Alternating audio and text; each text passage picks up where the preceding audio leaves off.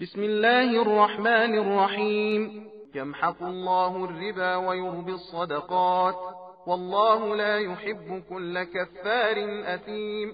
إن الذين آمنوا وعملوا الصالحات وأقاموا الصلاة وآتوا الزكاة لهم أجرهم عند ربهم ولا خوف عليهم ولا هم يحزنون. يا أيها الذين آمنوا اتقوا الله وذروا ما بقي من الربا إن كنتم مؤمنين، فإن لم تفعلوا فأذنوا بحرب من الله ورسوله، وإن تبتم فلكم رؤوس أموالكم لا تظلمون ولا تظلمون.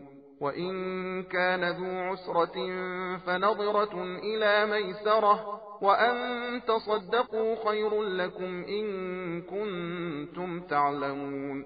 واتقوا يوما ترجعون فيه إلى الله ثم توفى كل نفس ما كسبت وهم لا يظلمون. يا أيها الذين آمنوا إذا تداينتم بدين إلى أجل مسمى فاكتبوه، وليكتب بينكم كاتب بالعدل، ولا يأب كاتب أن يكتب كما علمه الله، فليكتب وليملل الذي عليه الحق وليتق الله ربه ولا يبخس منه شيئا، فإن كان الذي عليه الحق سفيها أو ضعيفا أو لا يستطيع أن يمله فليملل وليه بالعدل، واستشهدوا شهيدين من رجالكم، فإن لم يكونا رجلين فرجل وامرأتان ممن ترضون من الشهداء أن تضل إحداهما فتذكر إحداهما الأخرى،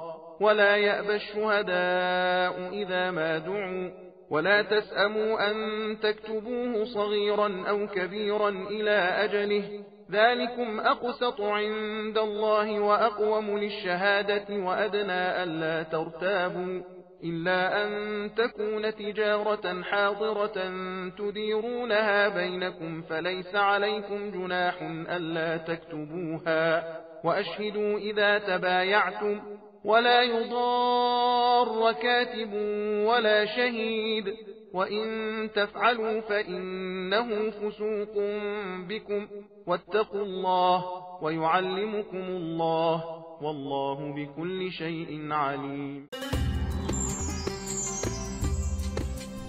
सबील कुरान हिदायत का रास्ता।